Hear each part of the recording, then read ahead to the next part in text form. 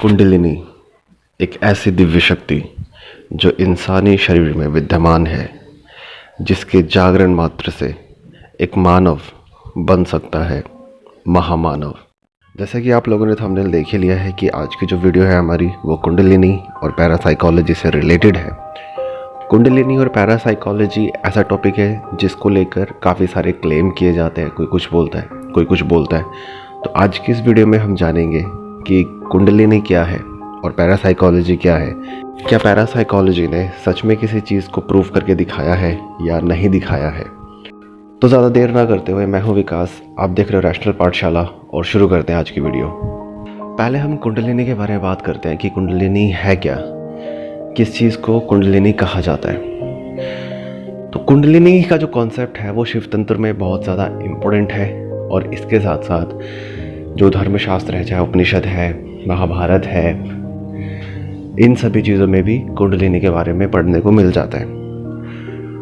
कुंडलिनी के बारे में कहा जाता है कि कुंडलिनी पार्वती और आद्याशक्ति का ही एक रूप होती है और कुंडलिनी का जो स्वरूप बताया जाता है वो एक नागिन जैसा बताया जाता है कि जब ये दर्शन देती है तो एक नागिन जैसी दिखाई देती है। इसके बारे में बात करेंगे अभी। तो अध्यात्म के हिसाब से इंसान के शरीर में 7 चक्र होते हैं जो कि उसकी रीढ़ की हड्डी में अलग अलग जगह पे लोकेटेड होते हैं और इन 7 चक्रों को ध्यान, समाधि और प्राणायाम की मदद से जागृत किया जाता है। और इन्हीं 7 चक्रों में एक चक्र होता है जिसको हिंदी में मूलाधार कहते हैं और अंग्रेजी में इसको रूट चक्र कहा जाता है। मूलाधार चक्र का जो रंग बताया जाता है वो गहरे लाल रंग का होता है। इसमें 4 पत्तियां होती हैं और इसके बीच में एक त्रिकोण होता है जिसमें शिवलिंग रखा होता है और इसी शिवलिंग के चारों तरफ कुंडलिनी 3.5 फेरे लेके अपनी पूंछ को मुंह में दबाए सोती रहती है। जब साधक प्राणायाम करता है, ध्यान करता है, समाधि लगाता है तो इस क्रिया से प्राणों का दबाव बनता है रूट चक्र में, जिसकी वजह से कुंडलिनी ऊर्ध्व होने लग जाती है। काफ़ी सारे योगी ये भी मानते हैं कि कुंडलिनी 3 तरह की होती है। कुंडलिनी के 3 स्वभाव होते हैं: मध्यम स्वभाव, शांत स्वभाव और उग्र स्वभाव। और ये तीनों स्वभाव साधक की साधना के ऊपर डिपेंड करते हैं। जिस साधक ने पहले कभी पूर्व जन्म में, पिछले जन्मों में कभी साधना नहीं की है तो अब के जन्म में जब उसकी कुंडलिनी ऊर्ध्व होगी तो कुंडलिनी शांत स्वभाव की होगी। अगर साधक ने पहले जन्मों में साधना की है तो उसकी जो कुंडलिनी ऊर्ध्व होती है वो मध्यम स्वभाव की होती है। जब कुंडलिनी ऊर्ध्व होती है तो उसको अपने रीढ़ की हड्डी में झंझनाहट या हल्की गर्मी जैसा महसूस होता है, ऐसा बताया जाता है। और जिन साधकों ने पूर्व जन्म में काफ़ी अच्छी साधना की होती है, काफ़ी आगे तक उनकी साधना गई होती है, जब उनकी कुंडलिनी ऊर्ध्व होती है तो वो काफ़ी उग्र स्वभाव की होती है। जब ये कुंडलिनी ऊर्ध्व होती है तो साधक को बहुत ज़्यादा शारीरिक कष्ट उनको झेलना पड़ता है। उनको ऐसा महसूस होता है जैसे कि कुछ जल रहा है और भी अलग अलग टाइप के वो अपने एक्सपीरियंसेस को बताते हैं। कुंडलिनी के बारे में कहा जाता है कि जब कुंडलिनी ऊर्ध्व होती है तो वो अपनी पूंछ को मुंह से बाहर निकाल देती है और हमारे शरीर में 3 नाड़ियों का जिक्र किया जाता है: इंगला, पिंगला, सुषुम्ना। और इन्हीं में से एक नाड़ी के सहारे कुंडलिनी ऊपर सहस्रार चक्र की तरफ बढ़ने लग जाती है। यहाँ पे साधक अपने एक्सपीरियंसेस बताते हैं कि उनको कुंडलिनी कुछ इस तरह से दिखाई दी जैसे कि कोई सांप है गोल्डन कलर का और वो मुंह से कुछ निकाल रहा है। कुछ साधक बताते हैं कि उनको एक लड़की दिखाई दी है जिसने कोई कपड़ा नहीं पहना हुआ है। कुछ डिस्क्राइब करते हैं कि उन्होंने देखा है कि कोई औरत है जिसने पूरे 16 श्रृंगार करे हुए हैं और वो कुछ देने की पोजीशन में खड़ी हुई है। तो सभी के एक्सपीरियंसेस यहाँ पे डिफरेंट होते हैं, सब अपने डिफरेंट एक्सपीरियंसेस यहाँ पे बताते हैं। लेकिन हम कुंडलिनी के बारे में बाद में बात करेंगे क्योंकि कुंडलिनी को लेकर और भी काफ़ी सारे क्लेम किए जाते हैं, मेंटल हेल्थ, मेंटल इश्यूज से रिलेटेड भी। तो हम कुंडलिनी की बात बाद में करेंगे। पहले हम जानते हैं पैरासाइकोलॉजी के बारे में कि पैरासाइकोलॉजी क्या है और पैरासाइकोलॉजी कैसे काम करता है, क्या होता है पैरासाइकोलॉजी में, और क्या सच में पैरासाइकोलॉजी ने किसी चीज़ को प्रूव करके दिखाया है या नहीं दिखाया है। पैरासाइकोलॉजी एक ऐसी ब्रांच है जो साइकिक फिनोमिना को साइंटिफिकली टेस्ट करती है, चाहे वो क्लैरवोयेंट है, किसी चीज़ के बारे में जानना, कौन सी चीज़ कहाँ पे रखी हुई है, टेलीकिनेसिस या साइकोकिनेसिस, किसी चीज़ को बिना छुए माइंड पावर से मैनिपुलेट करना, एक जगह से उठा के दूसरी जगह रख देना या फिर उसे लेविटेट कर देना, पायरोकिनेसिस, अपने शरीर से हीट को जनरेट करना, इलेक्ट्रोकिनेसिस, इलेक्ट्रिसिटी को कंट्रोल करना है, मैनिपुलेट करना, एरोकिनेसिस, हवा को कंट्रोल करना या फिर हवा को मैनिपुलेट कर देना। इस तरीके से काफ़ी सारी जो साइकिक एबिलिटी बताई जाती है, उन्हीं साइकिक एबिलिटी को पैरासाइकोलॉजी में साइंटिफिकली टेस्ट किया जाता है। तो जानते हैं कि पैरासाइकोलॉजी किस तरीके से इसको टेस्ट कर रहा है, क्या कुछ प्रूफ हुआ भी है या नहीं हुआ है। तो बात शुरू होती है 1853 से, जहाँ पर एक केमिस्ट रॉबर्ट हारे एक एक्सपेरिमेंट करते हैं सब्जेक्ट के साथ, और उस एक्सपेरिमेंट के रिजल्ट में वो काफ़ी पॉजिटिव फाइंडिंग्स बताते हैं। वहीं पर एक और रिसर्चर होते हैं जिनका नाम होता है फ्रैंक पॉडमर। फ्रैंक पॉडमर जब उनके रिसर्च पेपर को पढ़ते हैं, उसको डीपली एनालाइज करते हैं, तो फ्रैंक पॉडमर को उनके रिसर्च में काफ़ी सारे फ्लॉज देखने को मिलते हैं, एरर्स देखने को मिलते हैं, जिस वजह से स्टडी इन्फ्लुएंस हो रही थी।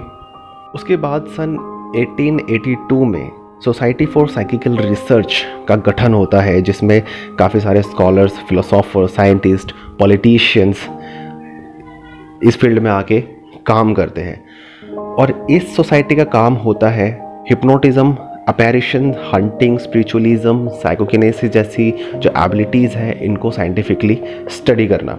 फिर 1884 में एक एक्सपेरिमेंट किया गया जो कि चार्ल्स रिचर्ड ने किया था, क्लैरवोयेंस के ऊपर ये एक्सपेरिमेंट किया था। उन्होंने प्लेइंग कार्ड्स को एक एनवलप के अंदर रखा और सब्जेक्ट को हिप्नोसिस में लेकर गए और ये जानने की कोशिश की कि उस एनवलप के अंदर कौन सा कार्ड रखा हुआ है। और जिस एक्सपेरिमेंट का रिज़ल्ट आया था वो चार्ल्स रिचर्ड ने काफ़ी ज़्यादा पॉजिटिव बताया कि हमने क्लैरवोयेंस को प्रूव किया है, साइंटिफिकली प्रूव किया है। 133 ट्रायल्स में उन्हें सक्सेस मिली है। लेकिन कैम्ब्रिज में कुछ साइंटिस्ट जैसे J.M. Piers, E.C. पिकरिंग, जब उन्होंने सेम एक्सपेरिमेंट को अपनी लैब में टेस्ट किया, उसको कंडक्ट किया, तो उनको जो रिज़ल्ट मिले वो इनकॉन्ग्रुएंट थे, रिज़ल्ट मैच नहीं हो रहे थे। उन्होंने 23,384 ट्रायल्स किए, लेकिन हर बार रिज़ल्ट जो है वो इनकॉन्ग्रुएंट था, सेम नहीं था।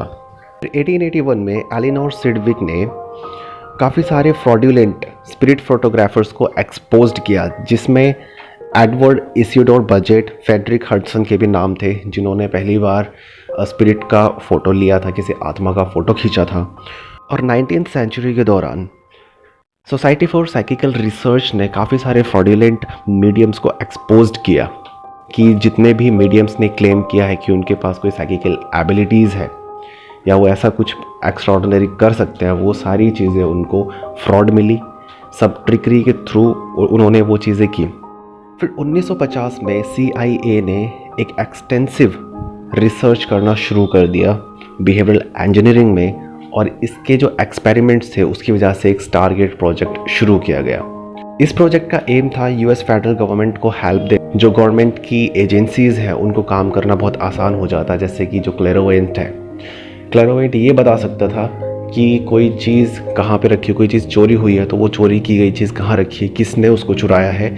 लेकिन अनफॉर्चुनेटली 1995 तक इसमें काफ़ी सारे इर्रेलेवेंट और एरर्स डेटा के अंदर पाए गए थे, जो कि बिल्कुल भी वैलिड नहीं था, और इस प्रोजेक्ट को 1995 में ही टर्मिनेट कर दिया।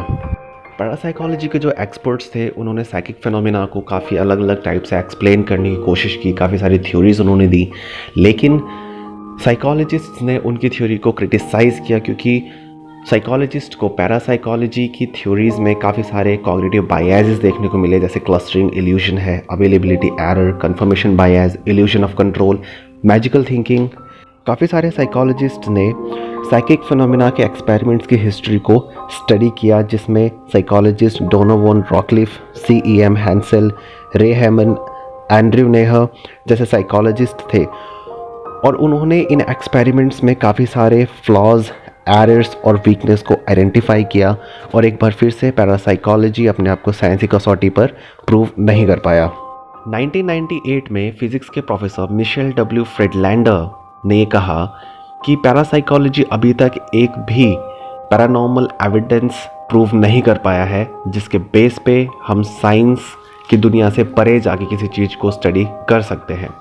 वहीं पर फिलोसोफर और स्केप्टिक रॉबर्ट टॉड कैरोल ने पैरासाइकोलॉजी को क्रिटिसाइज़ करते हुए कहा कि अभी तक जितने भी एक्सपेरिमेंट हुए हैं उन सभी एक्सपेरिमेंट्स में काफ़ी सारे एरर्स हैं, स्टैटिस्टिकल एरर्स भी उसके अंदर है और डिसेप्शन फ्रॉड इसके अंदर हुआ है। जनवरी 2008 में एक ट्विन स्टडी को कंडक्ट किया गया न्यूरो इमेजिंग टेक्निक की मदद से, जिसमें टेलीपैथी, क्लेरोवोयंस और प्रिकॉग्निशन को उन्होंने टेस्ट किया था। लेकिन इस स्टडी में भी कोई भी कॉरिलेशन नहीं पाया गया और एक बार फिर से पैरासाइकोलॉजी अपने आप को प्रूव नहीं कर पाया। फिजिक्स के काफ़ी सारे एक्सपर्ट्स ने ये क्लेम किया कि साइकिक फिनोमिना का आइडिया जैसे precognition, psychokinesis and telepathy physics के वेल एस्टैब्लिश्ड लॉज को वायलेट करते हैं। Psychokinesis inverse square law, second law of thermodynamics, conservation of momentum को वायलेट करता है और साई जैसे फिनोमिना के लिए कोई भी मैकेनिज्म नहीं है। इलेक्ट्रिकल इंजीनियरिंग के प्रोफेसर फ्लेक्स प्लानर ने कहा कि अगर साइकोकिनेसिस रियल है तो हम इसको साइंटिफिकली टेस्ट कर सकते हैं एक सेंसिटिव स्केल बैलेंस पे कि वाटर के टेम्परेचर को इंक्रीज़ किया जाए और उसको हम रिकॉर्ड कर सकते हैं, लेकिन इसको हम यूटिलाइज कर नहीं सकते क्योंकि साइकोकिनेसिस जैसे जो फिनोमिना है ये नॉन एग्जिस्टेंट है, ये एग्जिस्ट ही नहीं करता। साइंटिफिक कम्युनिटी ने पैरासाइकोलॉजिकल थ्योरीज़ को एज अ स्यूडो साइंस माना क्योंकि पैरासाइकोलॉजी की जितनी भी थ्योरीज़ है, जितने भी क्लेम्स है, वो सारे सब्जेक्टिव एक्सपीरियंसेस पर बेस्ड है। ऑब्जेक्टिविटी उनके अंदर नहीं है और साइंस ऑब्जेक्टिविटी पर काम करता है, ना कि सब्जेक्टिविटी पर। यूनाइटेड स्टेट्स का नेशनल रिसर्च काउंसिल के कम्युनिटी ने क्लेम किया कि 130 साल के इतिहास में हमने जितना भी पैरानॉर्मल एक्टिविटीज़ या साइकिकल एबिलिटीज़ पर हमने जो स्टडी किया है, 130 साल के इतिहास में हम कोई भी एविडेंस को ढूंढ नहीं पाए और ना ही किसी तरीके की एग्जिस्टेंस को ढूंढ पाए हैं कि ये जो साइकिक एबिलिटीज़ है ये एग्जिस्ट करती है। तो यहाँ पे पैरासाइकोलॉजी पूरी तरीके से एक्सपोज्ड हो चुकी है कि पैरासाइकोलॉजी ने अभी तक कोई भी सिंगल एविडेंस भी प्रोड्यूस नहीं किया है, कॉन्क्रीट एविडेंस भी नहीं दिया है कि कोई साइकिक एबिलिटीज़ एग्जिस्ट करती भी है या नहीं। लेकिन बात यहाँ पर आती है कि बहुत सारे लोग पैरासाइकोलॉजी का हवाला देते हुए काफ़ी सारी चीज़ों को प्रूव करने की कोशिश करते हैं, जो अपने आप में ये हंसी का टॉपिक है। तो मैं उनको यही कहना चाहूँगा कि अपनी नॉलेज को थोड़ा बढ़ाओ, दोबारा से स्कूल जाओ, पढ़ाई करो, ताकि थोड़े रैशनल बनो, ऑब्जेक्टिव होना सीखो। ऑब्जेक्टिविटी क्या होती है, सब्जेक्टिविटी से बाहर निकलो और फिर चीज़ों को देखो और समझो। अब बात करते हैं कुंडलिनी के बारे में। इस तरीके से पैरासाइकोलॉजी को सब्जेक्टिव एक्सपीरियंसेस के बेस पे सूडो साइंस माना गया है, तो कुंडलिनी को भी हम सब्जेक्टिव एक्सपीरियंसेस के बेस पे सूडो साइंस मान सकते हैं, क्योंकि ये ऑब्जेक्टिव नहीं होता है। ये किसी पर्सन के पर्सनल एक्सपीरियंस पर ही बेस्ड होता है, उसको कोई दूसरा एक्सपीरियंस कर नहीं सकता है, इसलिए इसको सूडो साइंस भी माना जा सकता है। कुंडलिनी से रिलेटेड और भी क्लेम किए जाते हैं। वो क्लेम कुछ ऐसे हैं। यहाँ पे क्लेम किया जाता है कि जो कुंडलिनी मेडिटेशन होती है वो मेंटल हेल्थ के लिए बहुत ज़्यादा अच्छी होती है, वो मूड को इम्प्रूव करती है और काफ़ी सारे मेंटल इश्यूज़ में भी हेल्पफुल होती है। लेकिन यहाँ पे एक बात आती है कि कुंडलिनी और मेडिटेशन ये दोनों अलग चीज़ें हैं, ना कि एक चीज़ें हैं। हम ये तो मानते हैं कि मेडिटेशन के काफ़ी सारे पॉजिटिव इफ़ेक्ट होते हैं हमारे मूड के ऊपर, हमारे हेल्थ के ऊपर, लेकिन कुंडलिनी का इससे कोई भी कॉरिलेशन नहीं है, मेंटल हेल्थ से कोई भी कॉरिलेशन इसका नहीं है। अगर कोई कॉरिलेशन है तो जो लोग बोलते हैं कि कुंडलिनी इतना ज़्यादा बेनिफिशियल है किसी चीज़ के लिए, तो मैं चाहता हूँ कि मुझे उसका एविडेंस दो कि किस जगह पे प्रूव हुआ है। अगर कोई रिसर्च पेपर ऐसा है, इस पे कोई स्ट्रॉन्ग स्टडी हुई है, तो मैं भी मान लूँगा कि ऐसा होता है। लेकिन अभी तक कुंडलिनी पर कोई भी स्ट्रॉन्ग रिसर्च नहीं हुआ है, कोई भी स्ट्रॉन्ग स्टडी नहीं हुई है, तो जो क्लेम किया जाता है ये अपने आप में ही पूरा फॉल्स हो जाता है, एकदम गलत हो जाता है। यहाँ पे क्या होता है, एक किसी वर्ड को दूसरे वर्ड के साथ जोड़ दिया जाता है जो कि ऑलरेडी प्रूवन है, तो लोगों को ऐसा लगने लगता है कि ये चीज़ सही है। लेकिन आप लोग किस बेस पे बोल रहे हो कि ये चीज़ सही है? आपको रिसर्च का कोई नॉलेज नहीं, रिसर्च कैसे होता है, रिसर्च होती क्या है, क्या एलिमेंट्स इसके अंदर होते हैं। एक्सपेरिमेंट का आपको नॉलेज नहीं है कि एक्सपेरिमेंट कंडक्ट कैसे होते हैं, किन चीज़ों का ध्यान रखा जाता है, उसके एनालिसिस के लिए कौन सी टेक्निक्स यूज़ की जाती है, तो आप कैसे बोल सकते हो कोई चीज़ ठीक है, जो बताया जा रहा है वो प्रूवन है। लोगों को नॉलेज नहीं होता है इन चीज़ों का, और इसी का फ़ायदा दूसरे लोग उठाते हैं अपनी दुकान चलाने के लिए। तो ऐसे लोगों से बचो, और जो ज़रूरी चीज़ें हैं ज़िंदगी में करने की, उन चीज़ों को करो। अगर आपको रिसर्च के बारे में जानना है कि रिसर्च क्या होती है, कैसे रिसर्च किया जाता है, तो मुझे कमेंट करके बताना, फिर मैं एक अलग से वीडियो बनाऊंगा रिसर्च के ऊपर। तो अगर आपको वीडियो अच्छी लगी हो, इन्फॉर्मेटिव लगी हो, तो वीडियो को लाइक करें, चैनल को सब्सक्राइब करें और शेयर करें सभी के साथ। और वीडियो का कौन सा पार्ट आपको अच्छा लगा कमेंट करके ज़रूर बताएं, और आपको क्या लगता है वो भी कमेंट करके मुझे ज़रूर बताएं। तो मिलते हैं नेक्स्ट वीडियो में, तब तक के लिए जय भीम, नमो बुद्धाय।